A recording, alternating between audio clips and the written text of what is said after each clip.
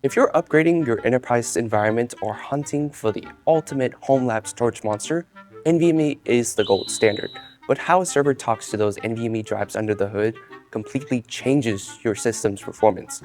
Today, we're putting two popular 2U Dell PowerEdge servers head-to-head, but with very specific storage topologies. On one side, we have the Intel-powered R740XD, maxed out to 24 NVMe bays. On the other, the AMD EPYC-driven R7525 running a hybrid 16 SAS SATA plus 8 NVMe setup. They look identical from the outside, but their internal engineering philosophies are starkly different.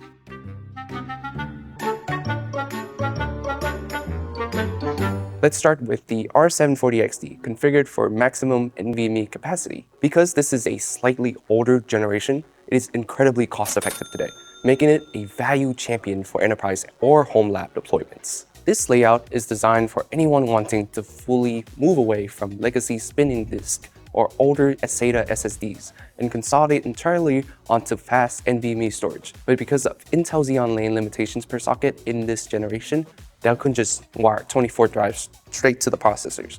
Instead, they engineer a backplane expander data card equipped with two massive 80-port PCIe hardware switches, 12 drives flow through switch 1 and 12 drives flow through switch 2. These hardware switches over-provision the PCIe lanes at a 48-16 ratio. This means your drives share an upstream pipe back to the CPUs. The huge advantage here, you get an incredible 24 low-latency drives online while still preserving your rear PCIe slots for high-speed networking adapters. Now let's look at the AMD-powered PowerEdge R7525. This is a hybrid tiering design. You use the 16 standard bays for bulk storage capacity and the 8 NVMe bays for your high-performance cache or active hot tier data. But look closely at the topology blueprint. AMD EPYC architecture provides a high native lane count, so in this case, Dell direct wired these slots. The first 4 NVMe drives connect straight to CPU 2, and the remaining 4 connect straight to CPU 1. With 0 intermediate switching layers or multiplexing over provisioning, this layout is tuned for maximum NVMe bandwidth.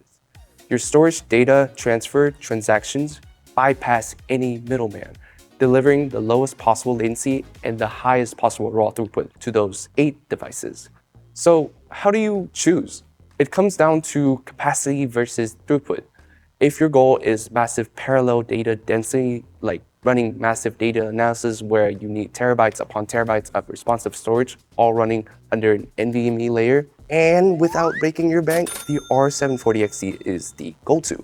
It uses smart over-provisioning to make 24 drives fully accessible. However, if you're running workloads that require absolute peak speed per drive, like high-frequency transactional databases or real-time AI modeling where even a microsecond in latency matters, then the R7525's direct wire layout is superior.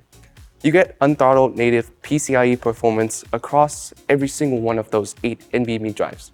So, the R740XD lets you scale up your total NVMe footprint, while this R7525 build specifically keeps a tight blazing fast tier of direct-to-CPU lanes. Let us know in the comments if you prefer maximizing drive capacity like the R740XD or chasing raw bandwidth like the R7525. Thank you for watching and tuning into ServerMonkey. See you in the next one.